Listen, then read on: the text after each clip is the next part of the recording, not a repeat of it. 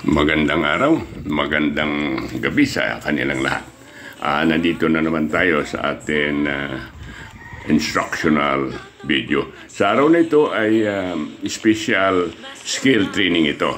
At mayroon tayo dito isang babae, isang student natin na nag-aaral para sa special skill.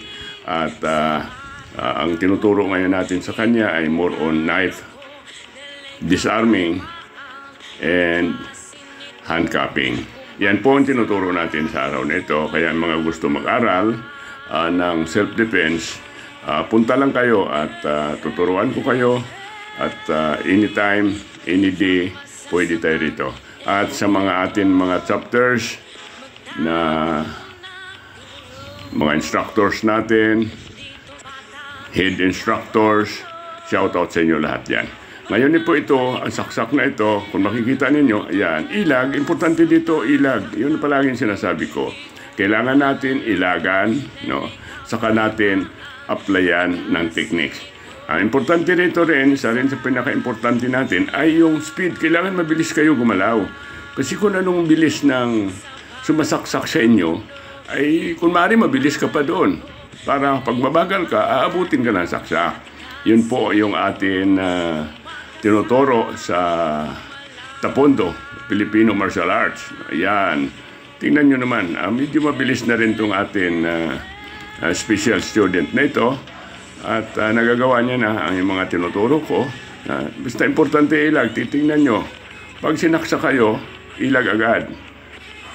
Yan, ilag din, apply ng techniques. Yan, no? So, mabilis na. At magaling na ang kanyang galaw. Importante sa lahat yun, footwork, yung galaw mo, paano ka gumalaw, paano ka umilag, yan. Saka natin applyan ng techniques. Yan. Yan ang atin bagong student na kumukuha ng special skill dito sa atin Tapondo, Filipino Martial Arts. Yan, kung makita mo naman yung kanyang galaw ay mabilis na siya. Mabilis na kumilos ito.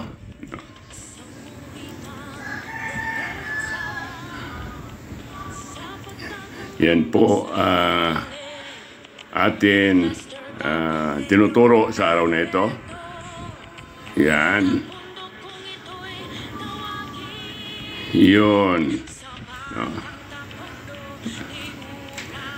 Kaya yung mga gustong mag-aral ng Tapondo Filipino Martial Arts ay tawagan nyo lang ako o pumunta kayo, yung mga alam na kung saan ang ating location. At nandito lang kami sa Batasan Hills, Quezon City. At yung atin naman dyan na mga gusto pang magtatayo ay mag-training kayo, practice kayo para ang atin ay tinuturo ay sigurado ang atin mga estudyante ay matuto sila ng maayos. Pagkatapos magbabaw tayo.